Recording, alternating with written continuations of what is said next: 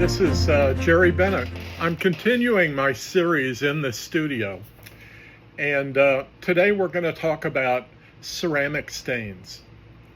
Ceramic stains are kind of a complicated issue.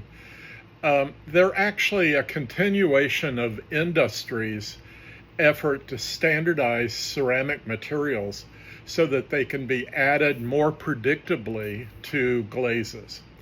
And the reason why ceramic stains fits into this kind of criteria is that, let me first of all explain to you that they're referred to often as a frit.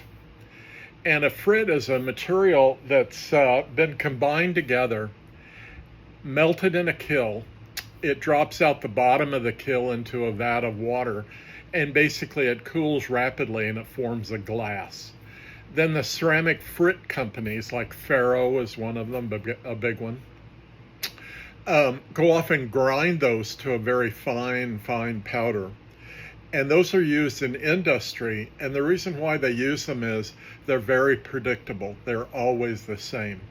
Now take Gillespie borate, for example, a really major source of boron in the ceramics industry. But the Gillespie borate is known as a conglomerate material. In other words, it's a bunch of things added together. It's got sodium, calcium, and a borate together. And because of that combination thing, when you use that in glazes, they vary. They vary with the time that they dig them up. In other words, the deposit of Gillespie borate over time can change. So in recent years, they've been having problems keeping Gillespie borate available to potters. It's falling out of favor in industry. So what's happened is big companies like Laguna are making substitutes in the forms of frits that contain an average amount of what Gillespie borate is of all these other materials. And then they're manufactured with a slightly different name, like, for example, Laguna borate and Gillespie borate. I'm finding that in most cases, they're very much the same. It has a tendency to vary from shipment to shipment. I've seen it in my own work. And so as Gillespie borate is leaving the market, it's no longer available. The last parts of that were used in about 2022, and now rapidly, I happen to have 50 pounds on hand, so it's going to be a while before I run out of Gillespie borate, but not other people are that way. So the reason why art ceramic people like Gillespie borate is that we, in fact, like that variation of surface that Gillespie borate generates. So rather than lose this source of boron, the big companies like Laguna, for example, formulated what the average Gillespie borate was, and they make a frit to replace it. So the Laguna borate, I find, is just about the same. It's a little stronger than regular Gillespie borate. I pull it back maybe about 1 or 2% of the total amount that I put in, which is just in the average batch that I make, which is 5,000 grams, is not very much. It's very little change. But the major difference for me is that Gillespie borate in its frit form is much more expensive than the natural product. And so that's true of all of the frits. You've probably heard of some of the major frits that are out there. Just a quick word about safety. When you purchase ceramic materials from a supplier, they're obligated to have access or give you access to two basic documents.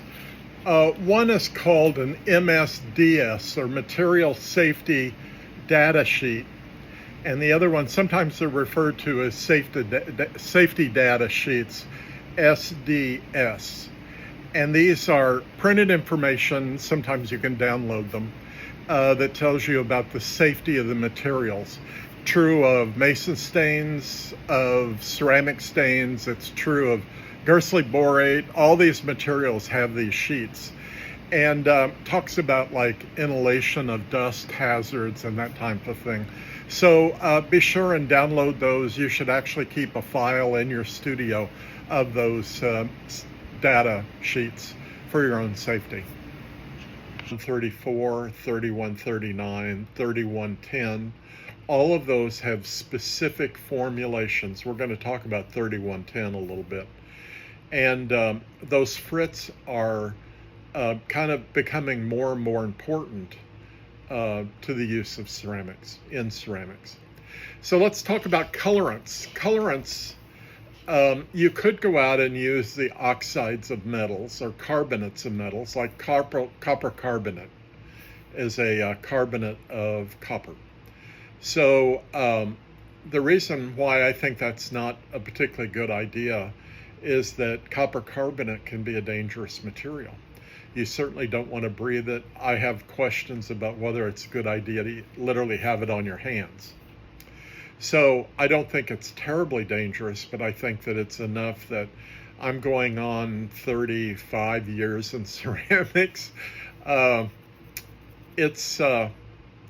know, and I worry about the accumulative nature of some of these materials. So the alternative to that is what's called ceramic stains. So the difference of a stain is, again, it's a little more expensive than the raw material, but it's much more predictable. One of the things I like best about ceramic stains is they are the color they're going to be in its natural state. So again, a stain is, or a frit stain is a glass-like material melted in a kiln. It's then cooled rapidly, and then it's ground into a very fine powder, and they are at that point then ceramic stains. Here's an example of one of the stains. This is dark turquoise. It's US pigment 6374. And actually that is the color that it has a tendency to come out to. What beautiful blue, absolutely beautiful blue. But there's two different kinds of stains, and you probably have wondered about this. There's the regular stains, and then there are things that are called inclusion stains. And inclusion stains are usually having to do with red, because that's cadmium that makes that red. So the way this is done is a little bit of cadmium is put into a ball or a droplet of glass, and that glass then insulates the cadmium from, one, the environment in the kiln, in other words, the atmosphere, and two, the chemical reactions of the glazes that are around it. And that little piece of glass, in essence, never melts. So that cadmium is just sealed in there, and you'll get this red color, and it won't be interfered with other environmental issues to the glaze. The thing that's interesting about these is that they've been somewhat of a recent invention, and they are very, very game-changing. When you've got an inclusion stain, they're very simple to use. So none of the stuff that I'm going to be talking about, what can affect this kind of a stain, the regular stains, this can be affected by the glaze itself. In fact, there's information that's provided by these companies that will tell you what kind of environment this needs to be in. But these are very, very resistant to anything like that. So they're different colors, and here's a yellow one, and then there's really important ones that are like, here's some on-globe that I make, and that's a really nice green. As we'll hear later on in this video, greens are one of the colors that's very difficult to use. Have you ever had what you would expect to be this really nice Kelly or grass green? Like, for example, the best known of the Mason stains in the green is called Victoria. And we'll use Victoria as an example about what can happen to it. And it will come out this grayish, dead color of green. It'll be a little bit of a green, kind of what you might call khaki in a way. Terrible color.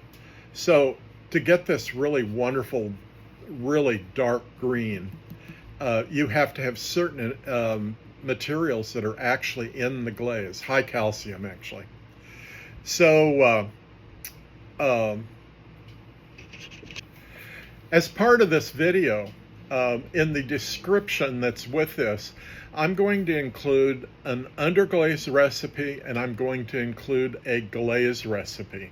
The glaze recipe has about 7.5% whiting or calcium carbonate. There's two sources of calcium in glazes. There are others. In Frits, there's calciums. But basically, the main one comes from whiting, which is calcium carbonate, and the second one comes from dolomite.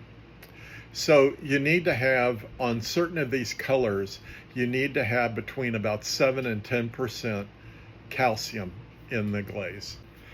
This is a Mason stain chart. They continue to publish these, and Mason stain now uses much more of a truncated, a smaller form of this. And this is an older one. I like to keep it because basically it has a lot of different colors in it. But there's a huge amount of information that's in this folder. Here are the Mason stain colors. And that's only 2 pages. There's actually more of it. There's some colors. There's some colors. There's colors. And there's colors. But these colors, to read this chart, and by the way, you can get the same information that's on Mason Color's website. The reason why I like Mason Color is that Mason Color is one of the only companies that gives you a lot of information.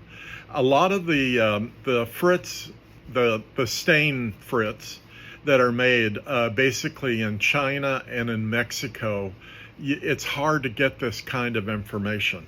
But Mason Stain is, I think, kind of a really quality company that produces this information. So Mason stains have different colored numbers. Let's take this, let's take a dark turquoise.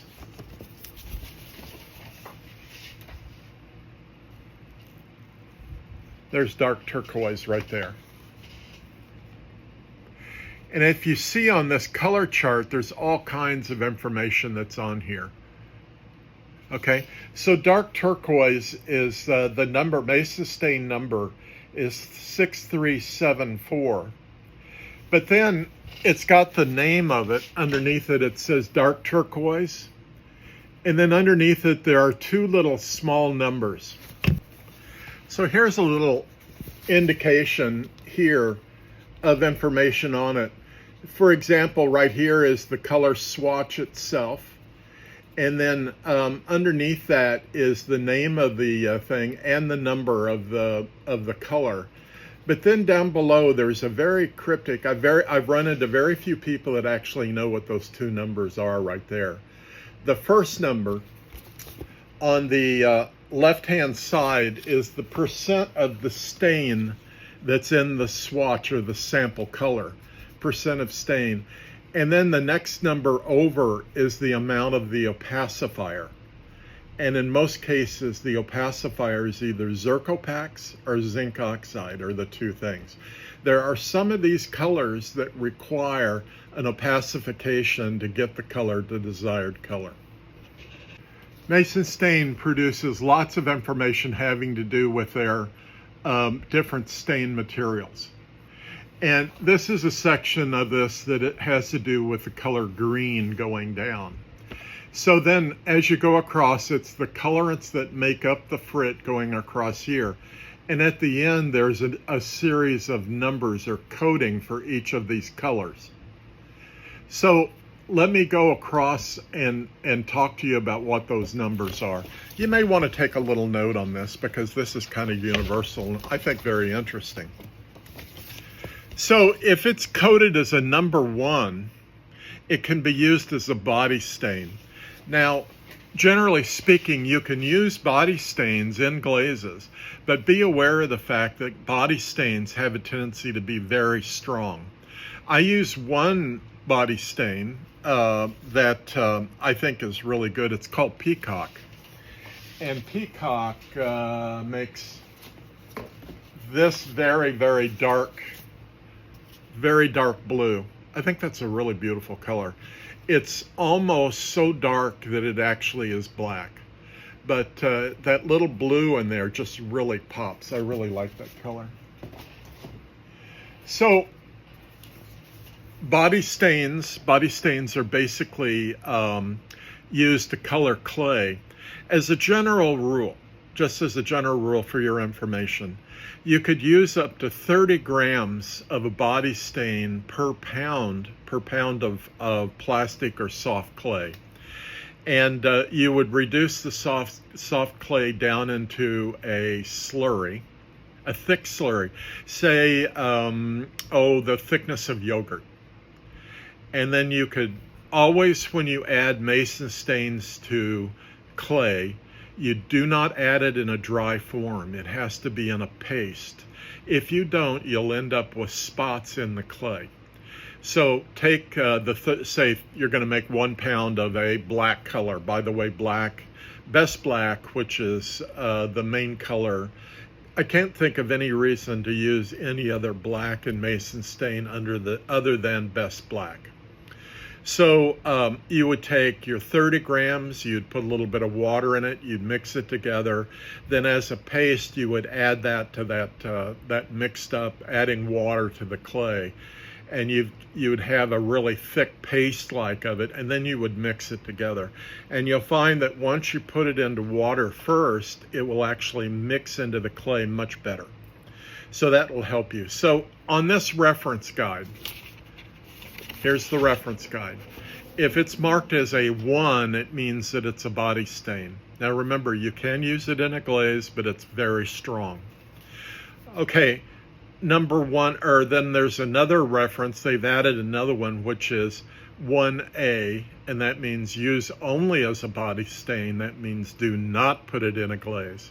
And that has to do with the ground or the size of the particles of the stain.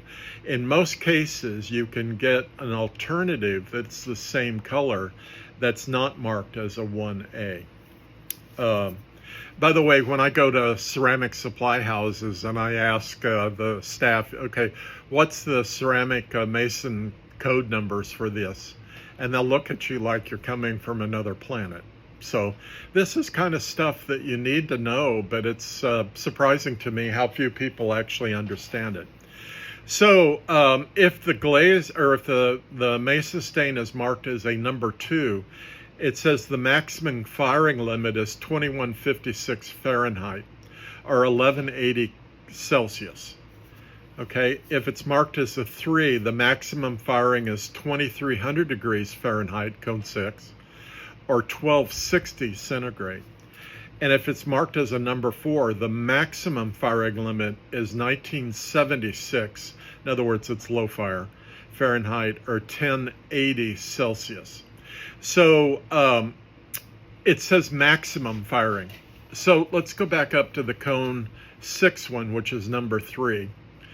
Can I use that in low fire, say 04 temperatures? Yes, it's a maximum number. It's not a minimum number.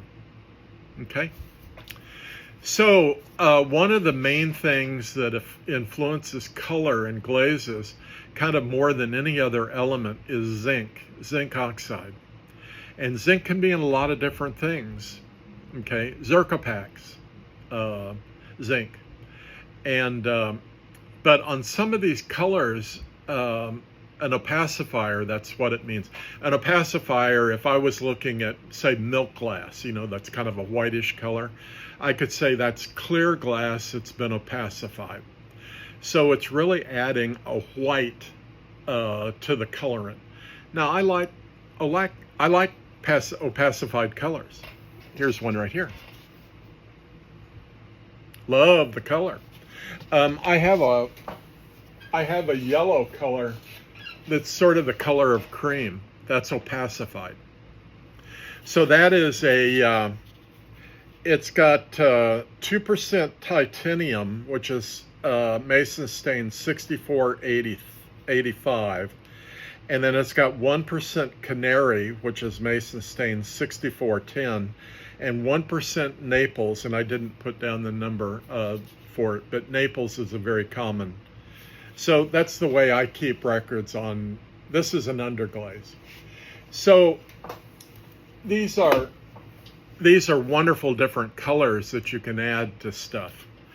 I use almost exclusively Mason stains, although there are other stains that are, for example, there's Mason stains from US Pigment that are not Mason stains. I basically found that those are in pretty good shape. There's other commercial stains that are available, but I think the criteria, again, to look at is how much documentation they add or give to you about the use of their stains. Here's an example of some, basically of color tiles. These are just the ones that I use that I make underglaze colorants with.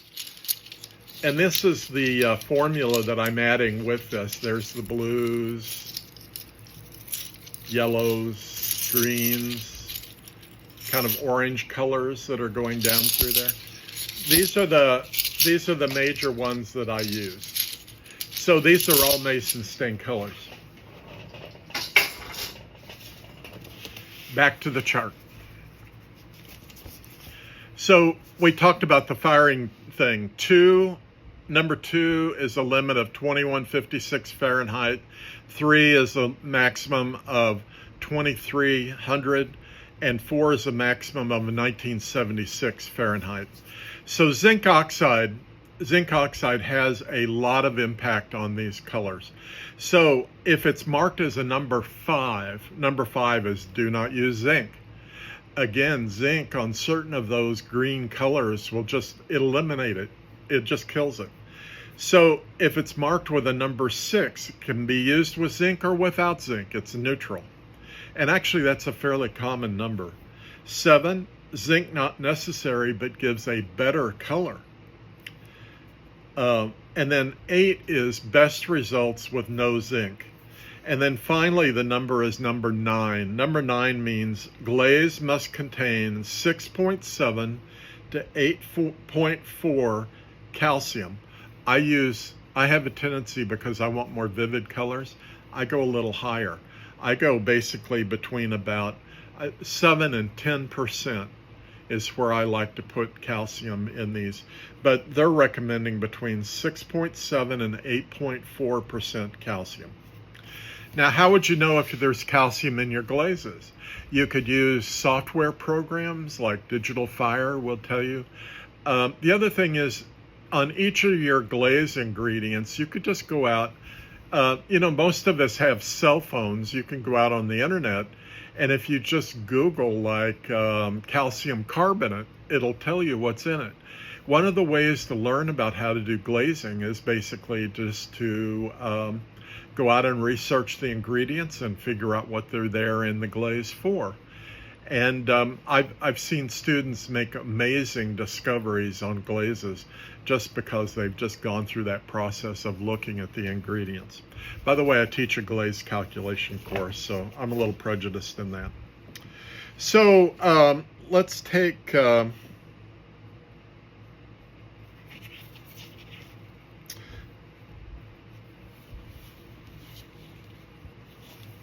here's a color that's called sapphire. Right there. I don't know if you can see that. It's a very dark purple. And sapphire, by the way, sapphire is a color I don't use. I use Mazarine, which is the one next to it. It's much more blue. Sapphire is, in this particular example, it's 5% colorant, but it's 2% zinc oxide added to the glaze to get that color. I'll let you see it again. It's right there. Again, if you go out to, you can go do this on the internet. You can take the number of these stains, and I've been known to do it in the ceramic supply house. I get my phone out and I look to see what the color numbers are, and then I go off and I decide whether or not I want to buy that color. As a general rule, pinks, are a problem with the amount you need calcium in pinks. I mentioned before, greens are a nightmare. You can get really ugly colors if you don't do it. By the way, a lot of the browns require opacification and no zinc. And then the blues are very stable. There's no problem with those. They're very easy to do. And then finally, the blacks. By the way, best black is really the only one you want to use. So as you go back to this listing, here it's broken down by the colors. For example, here's the green column that's going down through here. And if you look down through the greens, I would say there's not very many of them. There's one, which is mint, requires a high calcium. There's not many of it, but a lot of them are limiting the amount of zinc. Then on the blues, I said, are very simple. It's 1, 3, and 6 are just open, it's a green light. Go to it. You have to watch out for the ones that are the beginning, like the 1 and 1A, which are body stains. And then 1, 3, and 6 basically are very open. 1, again, like medium blue, for example, is 1, 3, and 6. And that's 6313 medium blue. 1, 3, and 6 means that you can use it with zinc or without zinc.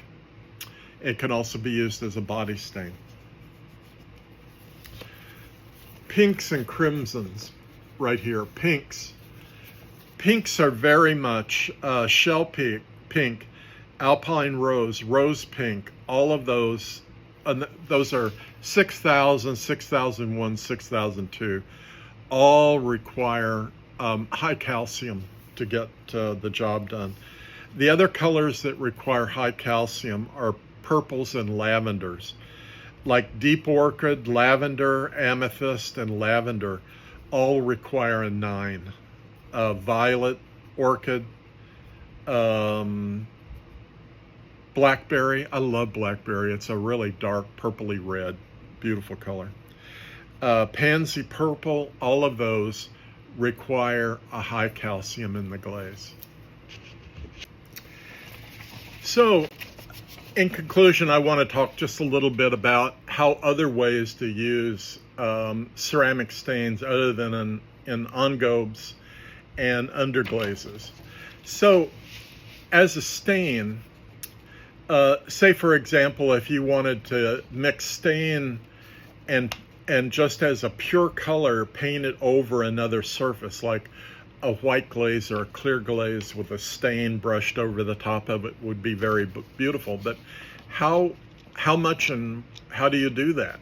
Well, I've got some recommendations. If you're firing to cone 10, use 1 part stain to 1 part Feldspar. It should be a soda Feldspar like G200. Or a custard spar if you still have some. So 1 to 1, and it would be 1 part ceramic stain and 1 part then Feldspar added to it. That's for cone 10. For cone 4 to 6, you'd be 1 part stain to 1 part Nepheline Syenite. Nepheline Syenite's actually considered by many as a Feldspar. But if you were to look at Nepheline Syenite after just purely by itself, in other words, you put a little spoonful on a test tile and put it in a cone 6 kill, it would come out as a clear, slightly yellowish, but a clear liquid completely melted.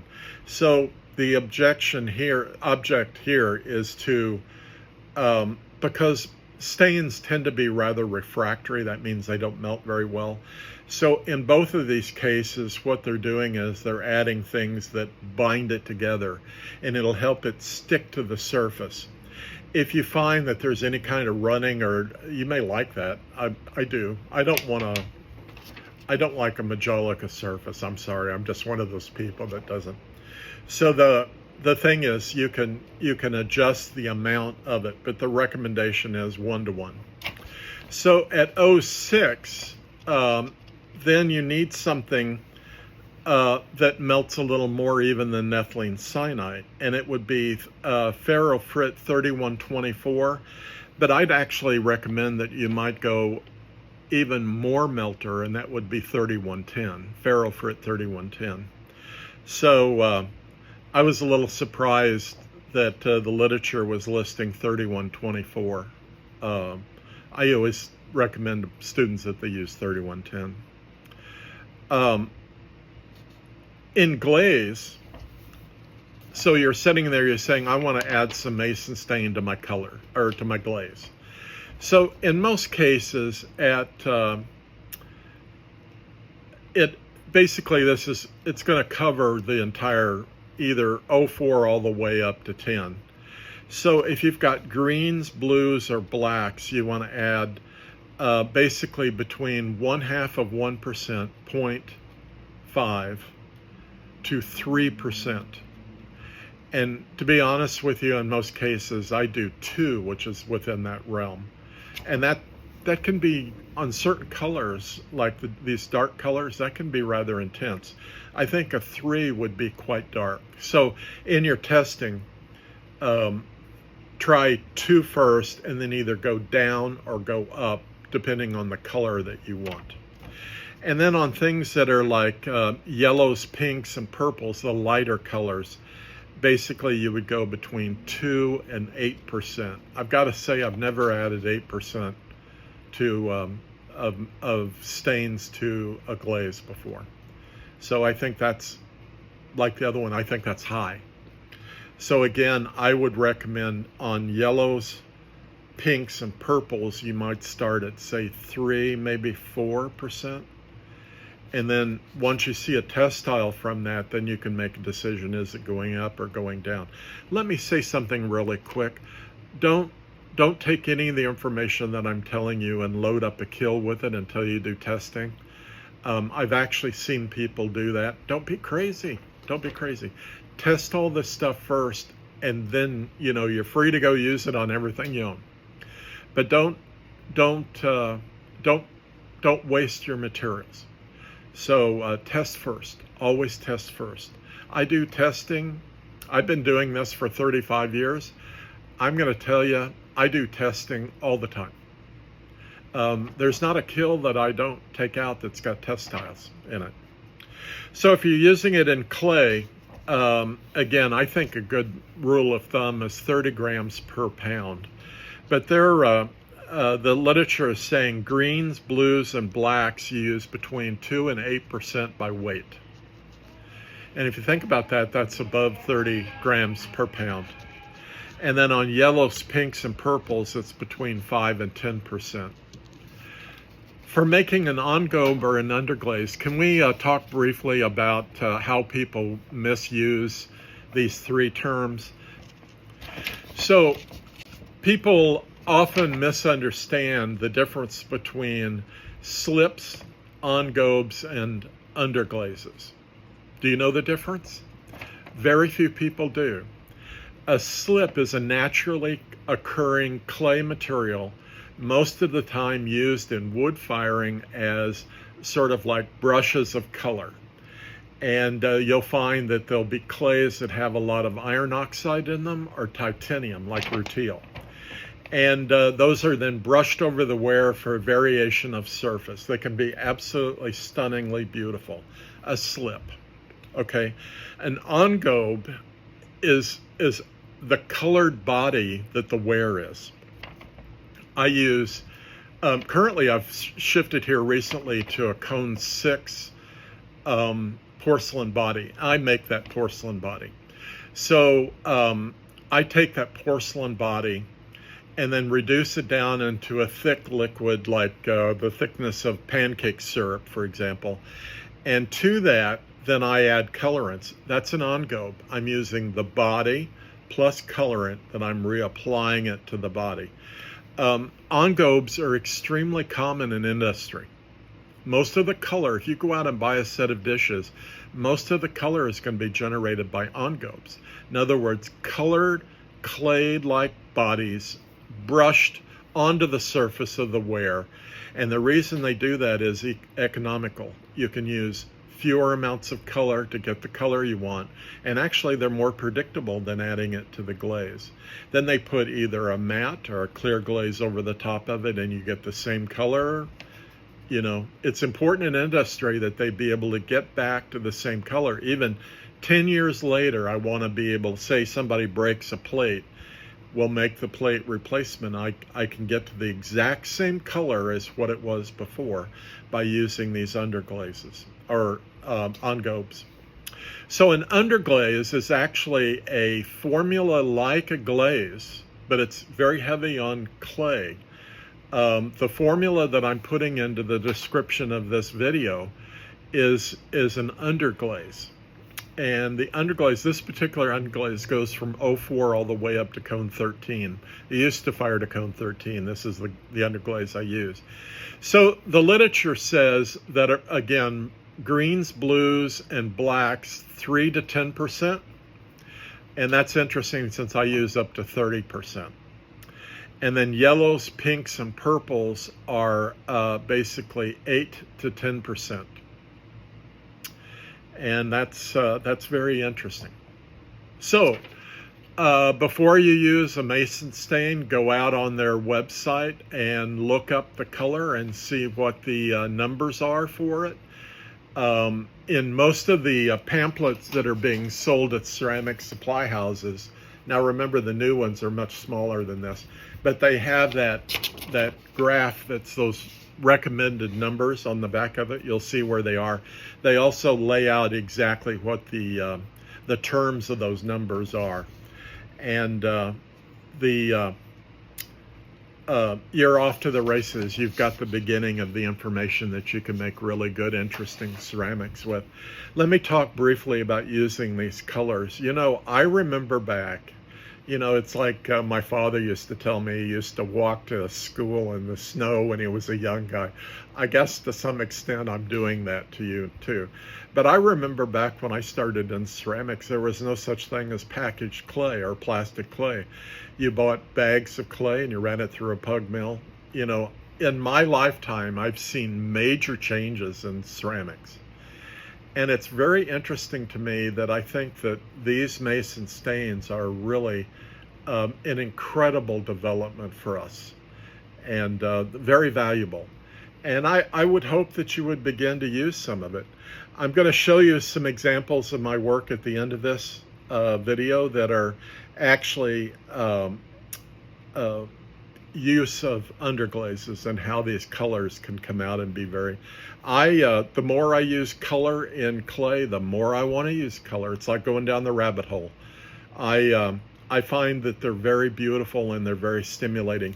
And I find it very stimulating to look at the relationships of colors on ceramics. And I find it makes a major development or major advantage to me to do it.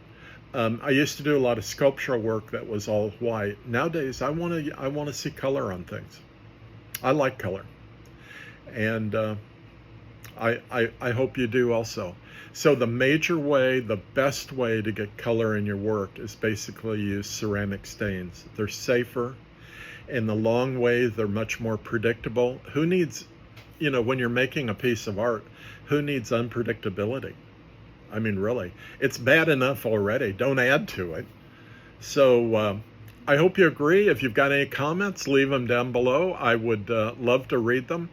And we will be back with you soon. If you could, subscribe to the channel or at least hit the like button. That helps this channel. Thank you so much, and we'll see you soon.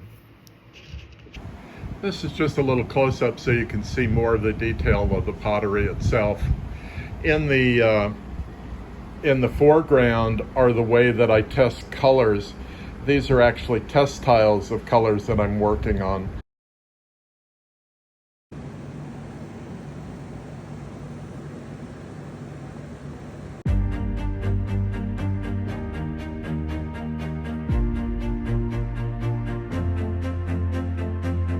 Thank you for joining us on this presentation about ceramic color. If you like this kind of a presentation, would you please join the channel or like the video? It helps us very much. Thank you.